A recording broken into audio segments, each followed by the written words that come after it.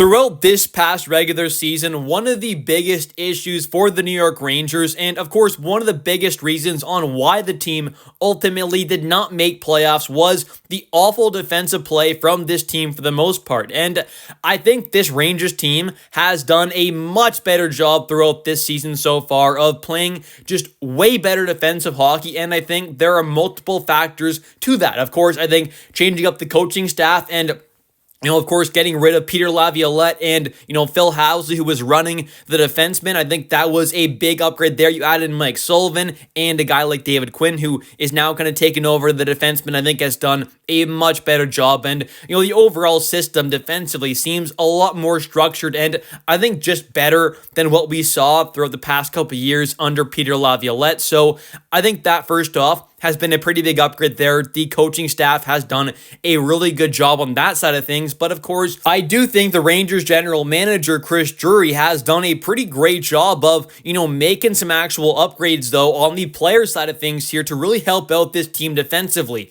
Adding in a guy like Vladislav Gavrikov, I think has, finally given the Rangers a true kind of top pair. The Rangers now have an actual number one pair, like one of the better ones in the entire NHL as well. And I'm not saying it's like, the best or like a top 2 or 3, but it's at least in that kind of top 5 or 7 range, it feels like, at least to begin this season potentially. I mean, this pairing has been really, really good. They're phenomenal defensively. Obviously, Foxy has been, solid offensively this year as well. And, maybe we're going to see a little more of that as the season goes along. But I think this pairing in general has just been so good for this Rangers team. And adding in a guy like Gavrikov, I knew was going to be a big help because you take a look at who a guy like Foxy has been alongside in previous years. It's been guys like Ryan Lindgren and, moments Keandre Miller. But obviously, a guy like Gavrikov, I think, is clearly better than those players and especially defensively is way more kind of just solid and reliable than those players.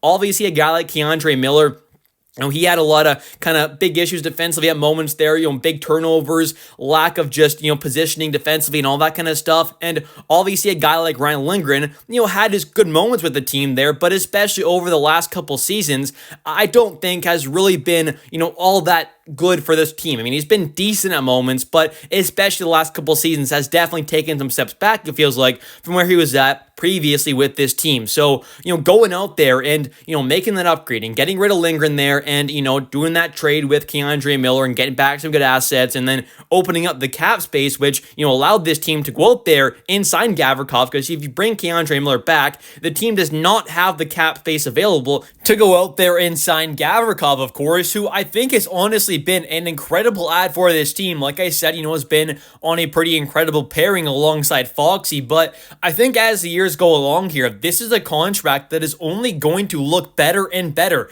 A $7 million cap hit for a, top pairing caliber defenseman, I think in this NHL with the way the cap is right now is pretty nuts. I mean, you're seeing guys get paid more than double that. I mean, you look at Kaprizov's cap hit there, and I just think when you take a look at other deals around the league and you take a look at, how limited the free agent class is, going forward for defensemen, and, year after year, there's just not really many defensemen that end up actually, getting to free agency. Most of them end up either, getting dealt, I guess, or getting re-signed. So to me, being able to sign a guy like Gavrikov for a $7 million cap hit, especially coming out of free agency, I think is just insane, because this was a player that, especially after seeing a guy like Ivan Provorov signing for like an $8.5 million cap hit and a guy like, Keandre getting his $8.5 million deal as well, I was really kind of shocked that we were able to get a guy like Gavrikov for just $7 million per season. So I think this is going to be an incredible elite pair going forward. And it's not just about adding in a guy like Gavrikov as well. It's,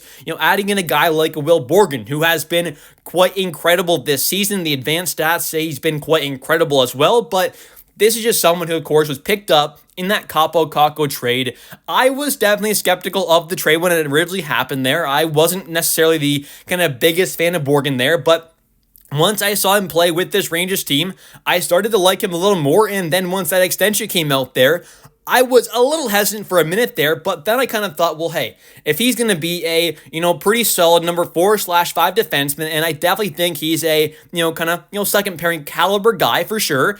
I think, honestly, a $4.1 million cap hit for the foreseeable future is honestly really good. I think a guy who is capable of being a number 4 kind of defenseman, I think having that kind of a cap hit is not bad at all. I mean, you take a look at what guys like Ryan Lindgren and Cody Ceci got, for example. I believe they both got identical 4-year deals with $4.5 million cap hit. So we're getting a defenseman here in Borgen who I think is better than both of these players, just clearly better than both of them, who's also a righty as well. And I mean, guy Lindgren's a lefty, Cody Ceci's righty, but point being, you got this really solid number 4 caliber right-handed defenseman who is obviously a very valuable player. I mean, righties are always a need for many teams out there, and you got him on a, I would say, really nice cap hit going forward. I mean, a $4.1 million cap hit is going to be like a decent bottom pairing defenseman at this point there. And I mean, guys like Lindgren and of course, a guy like Cody Ceci getting that kind of proves that. So I think these contracts, Gavrikov and Borgen are not only looking pretty good right now, but going forward, they're only going to look better and better. And then you've got guys like, I think, Matthew Robertson and, Carson Soucy, who have really stepped up this season and done a really good job. I mean, a guy like Soucy, of course, was also acquired, last season there before the deadline. Things didn't look too good there. Obviously, his play wasn't the best with the Rangers last season there, and the team in general, wasn't playing that good defensively. We had some pretty major flaws, so I don't just put that all on Soucy there, and I did kind of think he was going to be a pretty solid defenseman.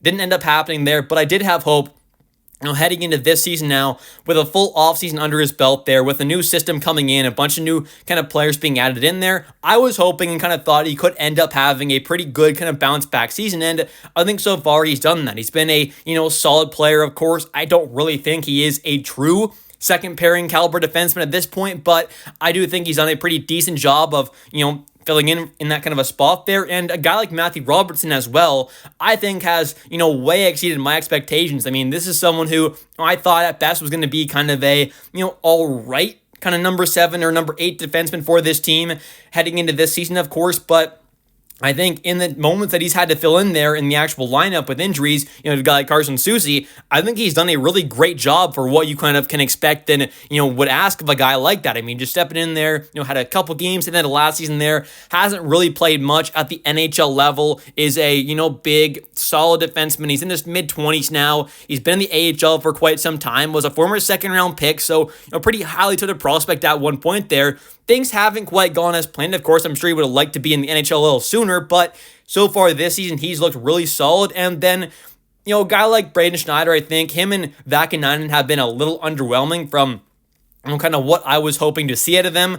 I think a guy like Schneider just hasn't quite taken that step to kind of being a real great, solidified top 4 caliber defenseman. I think he's still solid and is good, but I just don't think has taken that step that I've been kind of hoping to see over the past couple of seasons. So he's been a little underwhelming for what I was kind of hoping to see. And a guy like Vakanainen, I think, was, just really solid for this team last year, then got that extension. And I think so far this season hasn't quite been as good as last season there. Maybe he's kind of taken a bit of a step back from his play from last season there with the team, but of course he is, at best, like a number 6/7 defenseman. I think truly is a number 7. So obviously, you can't expect too much out of him, but I do think he did play a bit better last season than what we've seen so far this season out of him. And even down there in the AHL this season, I think the overall kind of depth is honestly looking pretty good. I mean, down there right now, you've got 2 really good prospects in Scott Morrow and Jackson Dorrington. Jackson being a left-handed defenseman, Scott being the right-handed guy. So you got, 2 really good prospects in the AHL that are defensemen, one lefty, one righty. Then you got a guy like Connor Mackey, who's more the kind of veteran potential call-up guy.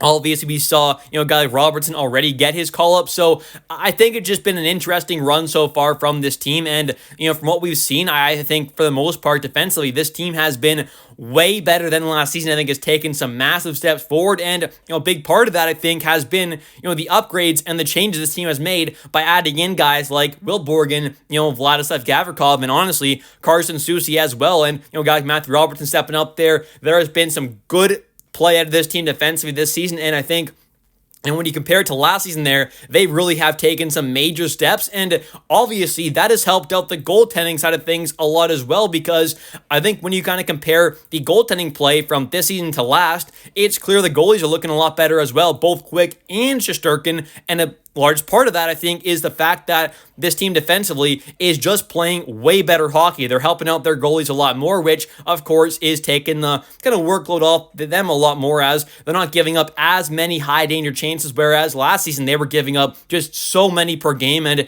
this season they've definitely limited those quite a bit. Anyways, that's going to do it for today's video. If you have enjoyed, definitely don't forget to click that like and subscribe button for daily New York Rangers content, as I do post a video about the New York Rangers every single day. And also, definitely don't forget to comment down below your thoughts on, this New York Rangers team defensively as a whole. What are your thoughts on kind of the big step up from last season there defensively with their play? What are your thoughts on the changes with these players? What are your thoughts on the changes with the coaching staff?